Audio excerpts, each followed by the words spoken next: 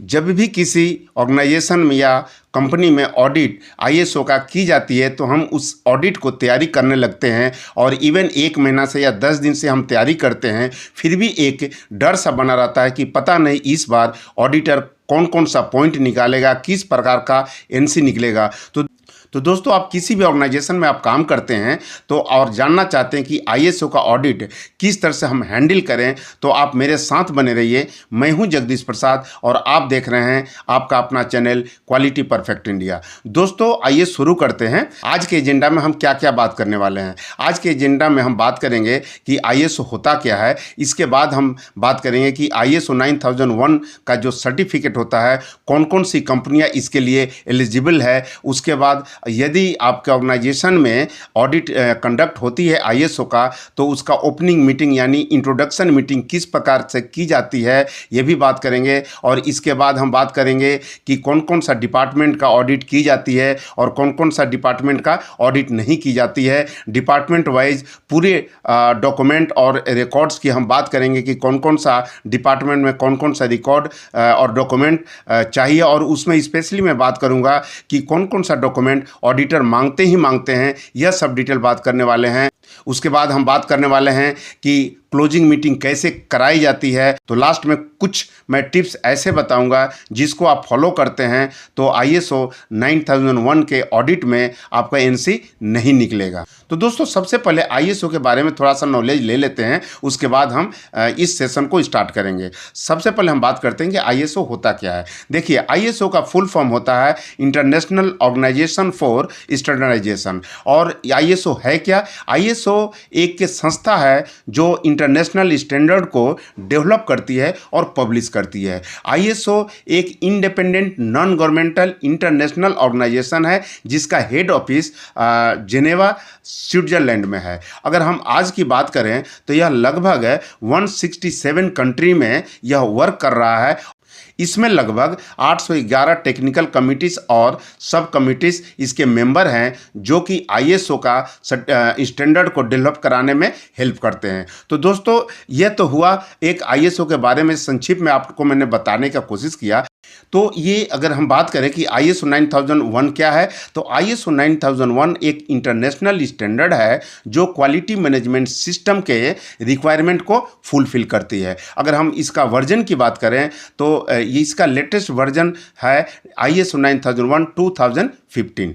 आइए अब हम बात करते हैं कि यह सर्टिफिकेट जो है किस तरह से हम अप्लाई कर सकते हैं। देखिए, इसमें दो तरह की कंपनियां होती है अप्लाई करने के लिए। एक तो नई कंपनी है जो कि पहली बार इस सर्टिफिकेट को लेना चाहती है, और दूसरा है जो है वो ऑलरेडी आईएसओ 9001 सर्टिफाइड कंपनी है और 3 साल के बाद जब रिन्यूअल कराना पड़ता है तो उसके बाद वह फिर से दोबारा सर्टिफिकेट के लिए अप्लाई करना पड़ता है।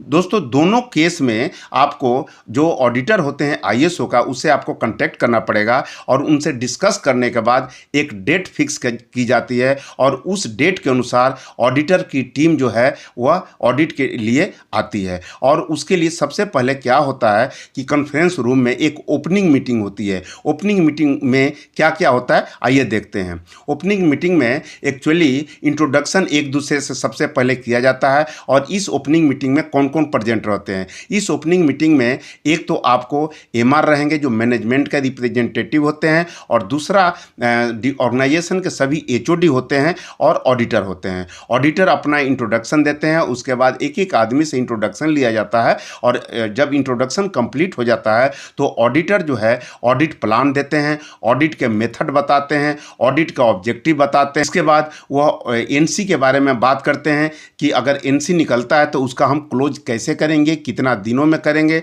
यह सब चीज़ डिटेल आपको ओपनिंग मीटिंग में की जाती है। आइए दोस्तों, हम बात करते हैं कि आईएसओ 9001 2015 का जो ऑडिट की जाती है किस किस डिपार्टमेंट में की जाती है और किस किस डिपार्टमेंट का ऑडिट नहीं की जाती है। देखिए, top management, quality, store, production, purchase, design and development, P, maintenance, marketing, dispatch, PPC और एचआर, इतने जो डिपार्टमेंट है जनरली हम देखते हैं कि ISO 9001 का ऑडिट की जाती है। और कौन सा डिपार्टमेंट का ऑडिट नहीं की जाती है?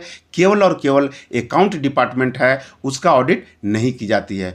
उसका अकाउंट डिपार्टमेंट का ऑडिट उनके नियम, उनके जो सिस्टम है उसके अनुसार की जाती है, लेकिन ISO 9001 उसका ऑडिट नहीं करता है। आइए अब हम बात करते हैं कि डिपार्टमेंट वाइज किस तरह से ऑडिट कराई जाती है। दोस्तों यहाँ पर मैं एक एक डिपार्टमेंट का डॉक्यूमेंट के बारे में बात करूँगा और उस डॉक्यूमेंट में कौन सा डॉक्यूमेंट ऑडिटर ज़रूर पूछते हैं, उसकी तैयारी कैसे की जाती है, यह सब डिटेल बात करेंगे। तो यहाँ पे हम एक एक डिपार्टमेंट ले रहे हैं। सबसे पहले हम ले रहे हैं टॉप मैनेजमेंट का। दोस्तों यहाँ पर जो हम सीरियल नंबर डिपार्टमेंट का लेंगे, ऐसा कोई ज़रूरी नहीं है कि उसी सीक्वेंस में ऑडिट होगा। आपके ऑडिटर पर डिपेंड है कि कौन सा डिपार्टमेंट का ऑडिट कब करते हैं। तो आइए एक एक करके शुरू करते हैं। सबसे पहले हम बात करते हैं जो टॉप मैनेजमेंट का। देखिए सबसे पहले जनरली टॉप मैनेजमेंट का ऑडिट की जाती है। टॉप मैनेजमेंट जो डील करता है वह होता है MR। आइए दोस्तों हम बात करते हैं कि MRM का काम क्या होता है। MRM का काम होता है जितने डॉक्यूमेंट और रिकॉर्ड्स हैं आपके ऑर्गेनाइजेशन में उसको कंट्रोल करना, इंटरनल ऑडिट कराना, MRM मीटिंग कराना, क्वालिटी पॉलिसी, क्वालिटी ऑब्जेक्टिव, ये जितने डिटेल होते हैं यह MR के पास होता है। तो दोस्तों यहाँ पे जब मैं डॉक्यूमेंट का बात करूँगा कि किस डिपार्टमेंट में कौन कौन सा डॉक्यूमेंट रखना चाहिए, तो सभी डॉक्यूमेंट आप अपने कंसर्न डिपार्टमेंट के अनुसार रख सकते हैं। यहाँ पर जैसे कि मान लीजिए कि MR के अंतर्गत जो आता है procedure on control of documents, procedure on control of records, procedure on internal audit, procedure on change management, procedure on corrective action, master list of document, इस तरह से डॉक्यूमेंट आपको MR के पास रहता है। तो दोस्तों इसी तरह से आपको हर डिपार्टमेंट में उनका अपना डॉक्यूमेंट रखना चाहिए, लेकिन मैं यहाँ पे हर डॉक्यूमेंट आपको पढ़ के नहीं सुनाऊंगा क्योंकि इसमें बहुत ही टाइम लग जाएगा और वीडियो जो है लंबा हो जाएगा। आप स्क्रीन पर देखिए और उसके अनुसार आप अपने डिपार्टमेंट में डॉक्यूमेंट को रख सकते हैं। तो आइए शुरू करते हैं कि टॉप मैनेजमेंट में कौन कौन सा डॉक्यूमेंट वह बहुत ही इंपॉर्टेंट होता है जिसे वह वेरीफाई करते हैं। पहला होता है क्वालिटी पॉलिसी। हर ऑर्गेनाइजेशन में क्वालिटी पॉलिसी होता है, उसको वह देखेंगे कि आपके ऑर्गेनाइजेशन में क्वालिटी पॉलिसी है कि नहीं और उसको आप किस तरह से हर डिपार्टमेंट में इसको इशू किया है। दूसरा डॉक्यूमेंट वो देखते हैं क्वालिटी ऑब्जेक्टिव। दोस्तों हर ऑर्गेनाइजेशन में क्वालिटी ऑब्जेक्टिव बनाया जाता है और क्वालिटी ऑब्जेक्टिव के अनुसार ही उस ऑर्गेनाइजेशन में काम किया जाता है टारगेट को पूरा करने के लिए। तो क्वालिटी ऑब्जेक्टिव वह जरूर देखते हैं। और तीसरा बहुत ही इंपॉर्टेंट है जो कि टॉप मैनेजमेंट में देखा जाता है, वह MRM होता क्या है। एक्चुअली में ऑडिटर यह देखना चाहते हैं कि आपके ऑर्गेनाइजेशन में टॉप मैनेजमेंट का इन्वॉल्वमेंट कितना है। इसके लिए होता क्या है, टॉप मैनेजमेंट साल में एक बार या 2 बार रिव्यू मीटिंग करते हैं डाउन द टीम के साथ और वह देखते हैं कि जितना हमने टारगेट फिक्स किया था हर डिपार्टमेंट वाइज वह सही ढंग से कंप्लीट हो रहा है कि नहीं। इसी को हम MRM कहते हैं। MRM में किया क्या जाता है, MRM में एक शेड्यूल बनाया जाता है और उस शेड्यूल के अनुसार MRM का प्लान बनाया जाता है और उस प्लान के अनुसार मीटिंग कंडक्ट कराई जाती है और उस मीटिंग में जो भी पॉइंट डिस्कस होता है उसको पॉइंट नोट किया जाता है और उस पर हम काम करते हैं। उसके बाद वह MR से क्या चेक करेंगे, इंटरनल ऑडिट सिस्टम चेक करेंगे कि आपके ऑर्गेनाइजेशन में इंटरनल ऑडिट होता है कि नहीं होता है। इसमें वह क्या क्या चेक करते हैं ऑडिटर, इसमें यह चेक करते हैं कि आपके पास ऑडिटर का लिस्ट है कि नहीं, यानी कि उस ऑर्गेनाइजेशन में जो ऑडिट करेंगे, इंटरनल ऑडिट करेंगे, उसका कोई लिस्ट बना है कि नहीं है और उस इंटरनल ऑडिट का प्लान है कि नहीं और उस प्लान के अनुसार आपका एक्चुअल इंटरनल ऑडिट किया जा रहा है कि नहीं, यह सब चीज़ चेक करेंगे। और इसमें यह भी चेक करते हैं कि इंटरनल ऑडिट आपके ऑर्गेनाइजेशन में कंडक्ट हुआ है उसके अनुसार जो भी अगर कोई NC पॉइंट निकला है उसका आपने क्लोज कैसे किया है, उस पर एक्शन कैसे लिया है। तो इसमें करेंगे क्या, देखिए सबसे पहले तो आप एक ऑडिटर का लिस्ट बनाइए। लिस्ट बनाने के बाद उसको जो भी ऑथोराइज्ड आपके ऑर्गेनाइजेशन में उनसे साइन अप करा के अप्रूव करा लीजिए और उसके बाद इंटरनल ऑडिट एक प्लान बनाइए। प्लान में कम से कम इतना ध्यान रखिए कि कम से कम साल में 1 बार या 2 बार ऑडिट हो जाना चाहिए सभी डिपार्टमेंट का। और उस डिपार्टमेंट में जो भी एनसी निकलता है उस एनसी को समराइज कर लीजिए और उस एनसी को आप क्लोज कीजिए एक्शन प्लान लेकर के। दूसरा जो डिपार्टमेंट होता है वह है क्वालिटी। क्वालिटी डिपार्टमेंट करता क्या है? देखिए, क्वालिटी डिपार्टमेंट जो भी उनका अपना डॉक्यूमेंट है, रिकॉर्ड है, उसको कंट्रोल करता है। उसके बाद जो भी कस्टमर कंप्लेन आती है उसको हैंडलिंग करता है। उसके बाद इनकमिंग मटेरियल जो आता है उसको वह इंस्पेक्शन होता है। इन प्रोसेस में जो इंस्पेक्शन है उसको किया जाता है। पीडीआई रिपोर्ट बनाता है और जो इंस्ट्रूमेंट जो यूज़ किया जाता है उस ऑर्गेनाइजेशन में उसका कैलिब्रेशन वह करा करके रखता है। यह सब काम करता है क्वालिटी। आइए इसको हम अब समझते हैं कि वह क्या क्या डॉक्यूमेंट रखता है। देखिए, डॉक्यूमेंट में एक एक चीज़ पढ़ूंगा नहीं, क्योंकि अगर हम एक एक डॉक्यूमेंट पढ़ेंगे तो टाइम वेस्ट होगा। आप जो स्क्रीन पर दिख रहा है इसके अनुसार डॉक्यूमेंट अपने ऑर्गेनाइजेशन में रिटेन कर सकते हैं, रख सकते हैं। आइए दोस्तों, हम बात करते हैं कि क्वालिटी में सबसे पहले वो क्या चीज़ मांगते हैं। जनरली मैंने देखा है कि ऑडिटर जो है क्वालिटी रेटिंग मांगते हैं आपके कस्टमर के यहाँ का जो भी है, और वह देखते हैं कि आपका जो सप्लाई कर रहे हैं मटेरियल वहाँ आपके कस्टमर के एंड में आपका ऑर्गेनाइजेशन का रेटिंग क्या चल रहा है। इसमें कस्टमर स्कोर कार्ड वो देख सकते हैं और उस स्कोर कार्ड के अनुसार यदि आपका रेटिंग कहीं डाउन है तो उसका वो रिपोर्ट मांग सकते हैं कि कस्टमर एंड पे आपका क्यों रेटिंग डाउन हुआ है। उसके बाद कस्टमर कंप्लेन देखेंगे कि कौन कौन सा कंप्लेन पूरे साल में आया है और उस पर आपने क्या एक्शन लिया है, यह भी चेक करेंगे। और यह भी देखेंगे कि लास्ट में आपका कौन सा कस्टमर आपके यहाँ ऑडिट किया है, उसका एनसी क्या क्या निकला है और उसका एनसी को आपने क्लोज कैसे किया है। तो यह सब चीज़ क्वालिटी एश्योरेंस में देखा जाता है कस्टमर से रिलेटेड। आइए अब हम बात करते हैं कि क्वालिटी का जो दूसरा डिपार्टमेंट है वह है आपको आरक्यूसी। आरक्यूसी का मतलब होता है रिसीप्ट क्वालिटी कंट्रोल, यानी कि जो भी मटेरियल किसी सप्लायर से आता है उसका हमें किस प्रकार के इंस्पेक्शन हम करते हैं उसका वो पूरा डिटेल देखेंगे आरक्यूसी में। दोस्तों, आरक्यूसी में बीओपी डिपार्टमेंट भी कहा जाता है या फिर इनकमिंग मटेरियल इंस्पेक्शन डिपार्टमेंट कहा जाता है, जहां पर इनकमिंग मटेरियल आता है। इसमें वो क्या क्या चेक करते हैं? सबसे पहले वो चेक करेंगे कि आपके पास सप्लायर अप्रूव्ड लिस्ट है कि नहीं। तो जो भी आपका सप्लायर है उसका एक लिस्ट बनाइए और उस लिस्ट के अनुसार आप अपने सीनियर से या जो भी कंसर्न बंदे हैं उससे अप्रूव्ड करा लिए। और दूसरा चीज चेक करेंगे कि आपके पास आपका सप्लायर जो है उसका ऑडिट प्लान है कि नहीं। ऑडिट प्लान का मतलब ये होता है कि जिस तरह से कस्टमर हमारे एंड में आकर के इंस्पेक्शन करते हैं, ऑडिट करते हैं, उसी तरह से हम अपने सप्लायर के पास जा कर के ऑडिट करते हैं। तो उस प्लान को वो देखेंगे और उस प्लान के अनुसार एक्चुअल में ऑडिट हुआ है कि नहीं उसका वो चेक करेंगे। और इसके बाद यह भी चेक करेंगे कि जो भी अगर एनसी निकलता है ऑडिट में उसको आपने कैसे क्लोज किया है। और यह भी इसमें देखेंगे कि सप्लायर रेटिंग आपके पास है कि नहीं। कहने का मतलब है कि आप अपने सप्लायर को किस तरह से रेटिंग दिए हैं, जैसे सप्लायर क्वालिटी रेटिंग हुआ या सप्लायर परफॉर्मेंस रेटिंग हुआ, वह किस तरह से कम्युनिकेशन किया जाता है, यह सब चेक करते हैं। और जो भी कंप्लेंट सप्लायर का आता है उसको आपने क्लोज कैसे किया है, यह सब चीज़ आपको वह चेक कर सकते हैं आपको इनकमिंग मटेरियल इंस्पेक्शन में। आइए अब हम बात करते हैं जो तीसरा जो डिपार्टमेंट है क्वालिटी का वह होता है इन प्रोसेस। इन प्रोसेस में क्या चेक किया जाता है? देखिए, इन प्रोसेस में आपका जो भी किस तरह से आप प्रोसेस को कंट्रोल कर रहे हैं वह ये चेक करेंगे। इसमें क्या चेक करेंगे? इसमें ये चेक करेंगे कि प्रोसेस ऑडिट प्लान आपके पास है कि नहीं और उसके अनुसार आपका प्रोसेस ऑडिट हो रहा है कि नहीं। दूसरा चेक करेंगे प्रोडक्ट ऑडिट। प्रोडक्ट को किस तरह से कंट्रोल करते हैं उसके लिए प्रोडक्ट ऑडिट प्लान देखेंगे और उसके अनुसार वह एक्चुअल हो रहा है कि नहीं हो रहा है। प्रोडक्ट ऑडिट में पूरा ड्राइंग के अनुसार उस लेआउट करते हैं उस प्रोडक्ट का। आइए, क्वालिटी डिपार्टमेंट में एक चीज़ और चेक किया जाता है वह होता है इंस्ट्रूमेंट का कैलिब्रेशन। देखिए, यह क्वालिटी डिपार्टमेंट के अंतर्गत ही आता है। इसमें जितने भी इंस्ट्रूमेंट इक्विपमेंट यूज होता है ऑर्गेनाइजेशन में उसका कैलिब्रेशन कराना जरूरी होता है। तो इसमें वो देखेंगे कि आपके पास कैलिब्रेशन जो इंस्ट्रूमेंट का कैलिब्रेशन प्लान है कि नहीं और उस प्लान के अनुसार आप कैलिब्रेशन इंस्ट्रूमेंट को कराया है कि नहीं कराया है। दोस्तों कोई कोई ऑर्गेनाइजेशन में उनका इंटरनल स्टैंडर्ड रूम होता है, कैलिब्रेशन वहीं हो जाता है, लेकिन जनरली जो छोटे छोटे कंपनियां होती है वह इंस्ट्रूमेंट को बाहर भेजा जाता है कैलिब्रेशन के लिए। दोस्तों कैलिब्रेशन का जो सर्टिफिकेट आता है बाहर से, आपको 2-3 बातों पे ध्यान देना है कि जो सर्टिफिकेट आप रिसीव कर रहे हैं, आपको देखना है कि जिस लैब से आप कैलिब्रेशन करा रहे हैं वह NABL सर्टिफाइड है कि नहीं। दोस्तों जो भी सर्टिफिकेट देंगे उसमें NABL का लोगो जरूर लगा रहता है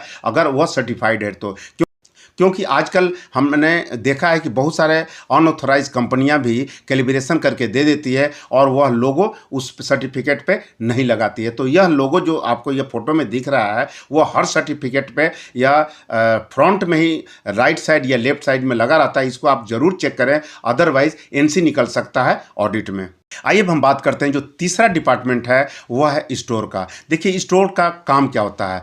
स्टोर का काम जो है, जो भी उनसे उनका डिपार्टमेंट का डॉक्यूमेंट है उनको रिटेन करना, रखना, जो भी इनकमिंग मटेरियल आता है उस मटेरियल को इन्वेंट्री स्टॉक रखना, इनकमिंग मटेरियल को कैसे कंट्रोल करेंगे, कैसे इशू करेंगे, यह चीज़ उनके अंडर में आता है। और वो क्या काम करते हैं, फीफो सिस्टम को मेंटेन करके रखते हैं। ये 3-4 काम स्टोर के अंदर में आता है। इसमें आइए देखते हैं कि क्या क्या होता है। देखिए स्टोर के अंतर्गत में कुछ डॉक्यूमेंट इस तरह से है जो कि आप देख रहे हैं, इस डॉक्यूमेंट को उनके पास रखना है। लेकिन जो ऑडिटर चेक करते हैं वह कौन कौन सा पॉइंट होता है स्टोर में। देखिए सेल्फ लाइफ मटेरियल लिस्ट जरूर देखेंगे और उसके अनुसार वेरीफाई करेंगे कि आपके ऑर्गेनाइजेशन में कौन कौन सा सेल्फ लाइफ मटेरियल है। देखिए सेल्फ लाइफ मटेरियल किसे कहते हैं, बहुत सारा मटेरियल कुछ ऐसा होता है जैसे केमिकल हुआ, कुछ रबर प्रोडक्ट हुआ, ऐसा होता है कि जिसका सेल्फ लाइफ डिसाइड होता है कि यह कब मैन्युफैक्चरिंग हुआ और कौन सा एक्सपायरी डेट क्या है, उसके पहले इसको यूज हुआ है कि नहीं हुआ है।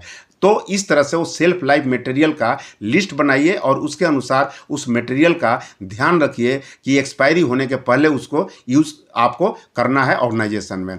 दूसरा वो जो चेक करते हैं वह देखते हैं इन्वेंट्री का, यानी कि जो इनकमिंग मटेरियल आपके आया है उसको किस तरह से इन्वेंट्री कंट्रोल करते हैं। मिनिमम और मैक्सिमम इन्वेंट्री का लेवल वो चेक करते हैं जो कि आपने डिसाइड कर रखा है। और उसके बाद आपको जो मटेरियल का जहाँ पे आप रखें उसका वो फीफो सिस्टम चेक करते हैं जरूर। फीफो सिस्टम क्या होता है, फर्स्ट इन फर्स्ट आउट, यानी कि जो मटेरियल पहले आया है वह पहले इशू होगा और जो बाद में आया है वह बाद में इशू होगा। तो फीफो सिस्टम भी वह चेक करते हैं। तो यह सब चीज़ आपको कंट्रोल करके रखना है अगर आप डिपार्टमेंट स्टोर में काम कर रहे हैं तो। आइए अब हम बात करते हैं जो कि प्रोडक्शन डिपार्टमेंट का है। देखिए प्रोडक्शन डिपार्टमेंट का काम क्या है। प्रोडक्शन डिपार्टमेंट का है कि जो भी उनका अपना जो डॉक्यूमेंट है उसको रिटेन करना, अपने पास रखना, प्रोडक्शन का जो प्लान आता है उसके अनुसार प्रोडक्शन करना, मैक्सिमम मशीनों का यूटिलाइज करना और जो भी जिग यूज होता है उसका वैलिडेशन करा के रखना। यह सब काम होता है प्रोडक्शन का। इस प्रोडक्शन में डॉक्यूमेंट जो भी है जैसे कि डिस्प्ले पर देख रहे हैं उसके अनुसार आप डॉक्यूमेंट आप बना करके रख सकते हैं यदि आप प्रोडक्शन डिपार्टमेंट में काम कर रहे हैं तो। लेकिन जो डॉक्यूमेंट वो चेक करते हैं वो कौन कौन सा चेक करते हैं। देखिए यहाँ पे वो देखेंगे कि जो भी आपके मशीन है जहाँ जहाँ प्रोडक्शन होता है वहाँ पे आपका प्रोसेस का कंट्रोल कैसे हो रहा है, यानी कि SWS मतलब कि स्टैंडर्ड वर्कशीट है कि नहीं, वर्क इंस्ट्रक्शन लगा है कि नहीं, और जो भी आपका प्रोडक्शन का जो प्लान आया है उसके अनुसार आप किस तरह से फुलफिल कर रहे हैं, यह सब चीज़ वह देखेंगे। प्रोडक्शन में वह भी चेक करते हैं कि जितने यूज हो रहा है जिग और फिक्सर उसका वैलिडेशन हो रहा है कि नहीं, उसका प्लान है कि नहीं, और उस प्लान के अनुसार जिग का वैलिडेशन हो रहा है कि नहीं, यह सब चेक किया जाता है प्रोडक्शन डिपार्टमेंट में। दोस्तों प्रोडक्शन या मैन्युफैक्चरिंग या असेंबली जो भी हो वह एक एक प्रोसेस को वेरीफाई करते हैं कंट्रोल प्लान से। तो जो भी कंट्रोल प्लान आपके यहाँ पे है उस कंट्रोल प्लान के अनुसार आप एक बार वेरीफाई कर लीजिए कि आपका प्रोसेस जो है प्रोडक्शन जो है हो रहा है कि नहीं हो रहा है। आइए अब हम बात करते हैं जो पांचवा डिपार्टमेंट हमने लिया है वह है परचेज डिपार्टमेंट में।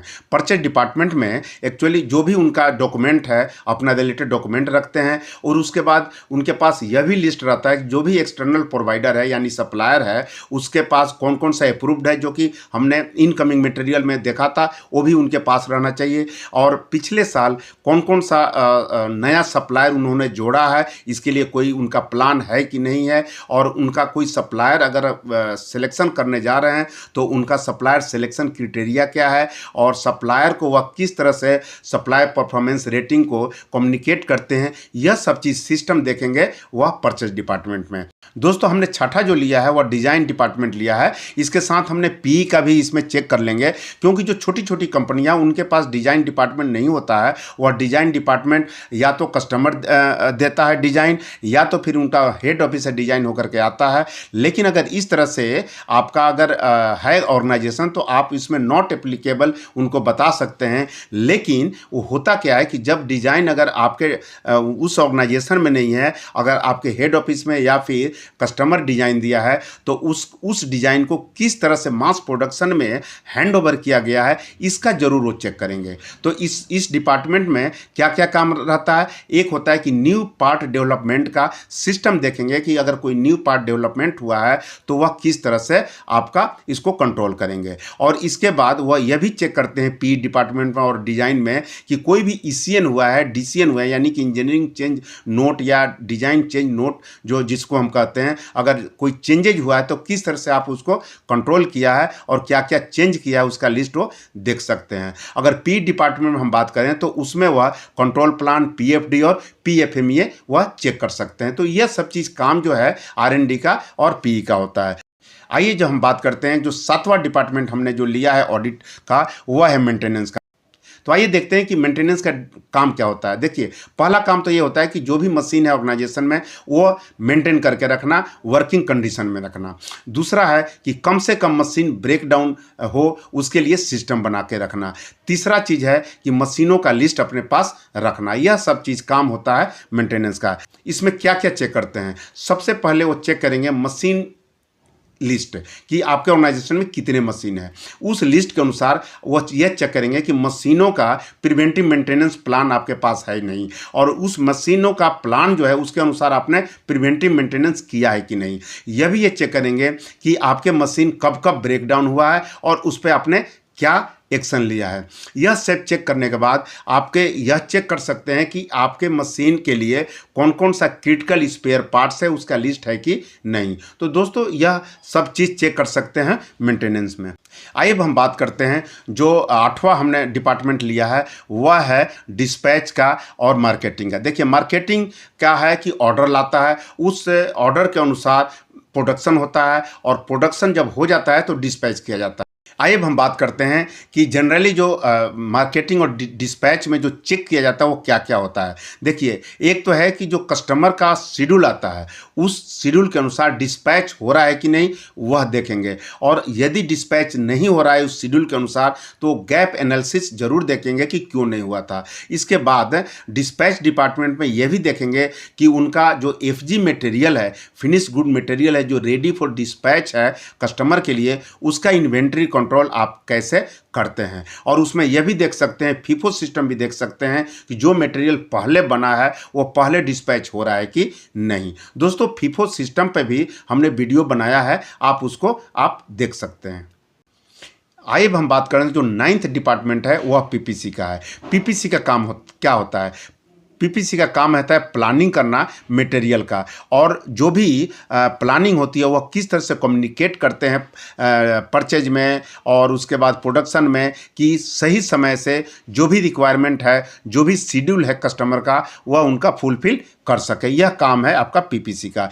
आइए अब हम बात करते हैं जो लास्ट में हमने ऑडिट का जो डिपार्टमेंट लिया है वह है एचआर डिपार्टमेंट। आइए इसको हम देखते हैं कि एचआर का काम क्या होता है। देखिए एचआर ऑर्गेनाइजेशन में जो भी रिक्रूटमेंट किया जाता है, भर्ती कराया जाता है, वह एचआर के थ्रू होता है। तो इसका काम है रिक्रूटमेंट कराना, उसके बाद जितने एम्प्लॉय काम करते हैं उनका डिटेल रखना और ट्रेनिंग करवाना। यह मेन काम होता है एचआर डिपार्टमेंट का। तो एचआर डिपार्टमेंट इसमें करेंगे क्या। देखिए एचआर डिपार्टमेंट सबसे पहले जो भी उनका कंसर्न डॉक्यूमेंट है जो कि आप डिस्प्ले पे देख सकते हैं उसके अनुसार वो एचआर डिपार्टमेंट अपने डिपार्टमेंट में डॉक्यूमेंट रख सकता है।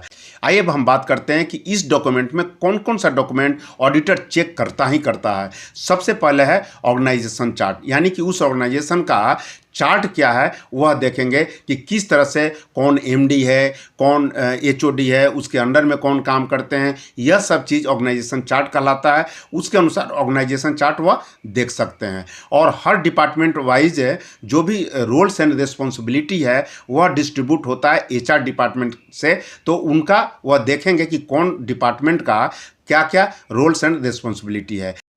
रोल्स और रिस्पॉन्सिबिलिटीज चेक करने के बाद वह चेक करते हैं कॉन्टीजेंसी प्लान, यानी कि इमरजेंसी केस में आपका क्या प्लान होगा। उसके बाद वो चेक कर सकते हैं competency of staff and man power, यानी कि आपके यहाँ जो ऑर्गेनाइजेशन में जो भी स्टाफ भर्ती होगा उसके लिए आप क्या क्या एजुकेशन, कितना एक्सपीरियंस डिफाइन कर रखा है, वह सब चीज़ चेक करते हैं। और इसके बाद जो वो चेक करते हैं, जो बहुत इंपॉर्टेंट है और चेक करते ही करते हैं, वह है ट्रेनिंग नीड आइडेंटिफिकेशन, यानी कि जब भर्ती होती है तो आप क्या कौन कौन सा ट्रेनिंग देते हैं, क्या क्या प्लान है, उसके बाद कितने तरह का ट्रेनिंग आप ऑर्गेनाइजेशन में प्रोवाइड करा रहे हैं, पूरा डिटेल वह एक टीएनआई के द्वारा यानी ट्रेनिंग नीड आइडेंटिफिकेशन के द्वारा एक प्लान बनाया जाता है। उसके अनुसार वह चेक कर सकते हैं।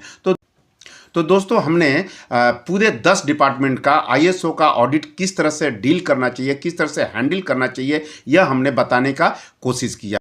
तो दोस्तों आइए अब हम बात करते हैं क्लोजिंग मीटिंग के बारे में। देखिए, जब पूरा ऑडिट हो जाता है तो जो ऑडिटर होते हैं वह 15 मिनट से लेकर के आधा घंटा के लिए रिपोर्ट बनाने के लिए वो आपसे टाइम लेंगे, और वह 15 से 20 मिनट या आधा घंटा के अंदर पूरा रिपोर्ट जनरेट कर लेंगे, बना लेंगे, जो कि ऑडिट उन्होंने किया है। और जब ऑडिट रिपोर्ट बन जाता है ऑडिट का, तो वह क्लोजिंग मीटिंग करने के लिए फिर से वो सभी डिपार्टमेंट का एचओडी को बुलाते हैं और उस क्लोजिंग मीटिंग में फीडबैक देते हैं कि कौन सा डिपार्टमेंट में क्या क्या एनसी निकला है।